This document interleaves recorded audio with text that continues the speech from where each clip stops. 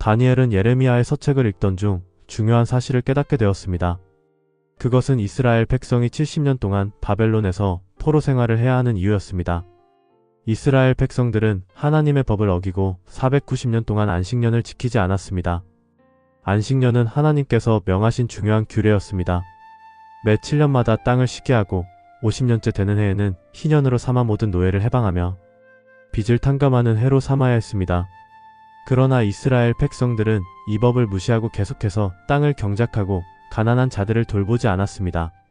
그 결과 하나님께서는 490년 동안 쌓인 안식년을 한꺼번에 갚게 하셨습니다. 그리하여 70년 동안 땅이 쉬도록 만드셨던 것입니다. 다니엘은 이 사실을 깨닫고 마음이 무거워졌습니다. 바벨론에서 보낸 세월이 이미 68년이 지나고 있었습니다. 하지만 여전히 이스라엘 백성들은 변하지 않았습니다. 그들은 하나님을 찾지 않았고 여전히 죄 가운데 있었습니다. 하나님의 약속은 분명했습니다. 70년이 차면 백성들을 다시 예루살렘으로 돌아가게 하겠다고 하셨습니다.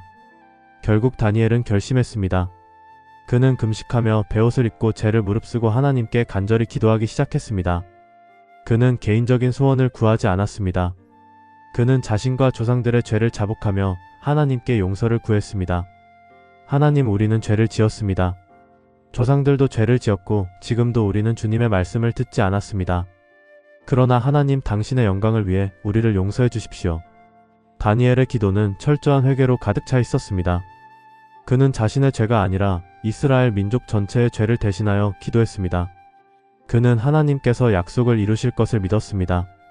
하지만 이스라엘 백성들이 진심으로 회개하지 않으면 그 약속이 어떻게 성취될지 알 수 없었습니다. 다니엘은 기도했습니다.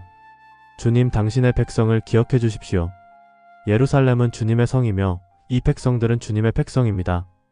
주님 자신을 위하여 긍휼을 베풀어 주십시오. 그의 기도는 단순한 개인적인 요청이 아니었습니다. 그는 철저하게 하나님의 뜻과 영광을 위해 기도했습니다. 그리고 하나님은 그의 기도를 들으셨습니다. 결국 70년이 찾아 하나님은 고레스 왕을 통해 유대인들이 예루살렘으로 돌아갈 수 있도록 하셨습니다. 이것은 단순한 우연이 아니었습니다. 하나님의 계획대로 모든 것이 이루어진 것입니다. 이 이야기는 오늘날 우리에게도 중요한 교훈을 줍니다. 우리는 기도할 때 단순히 우리의 문제 해결만을 구하는 것이 아니라 하나님의 뜻과 영광을 먼저 구해야 합니다. 다니엘이 하나님의 약속을 믿고 기도했듯이 우리도 하나님의 말씀을 붙들고 기도해야 합니다.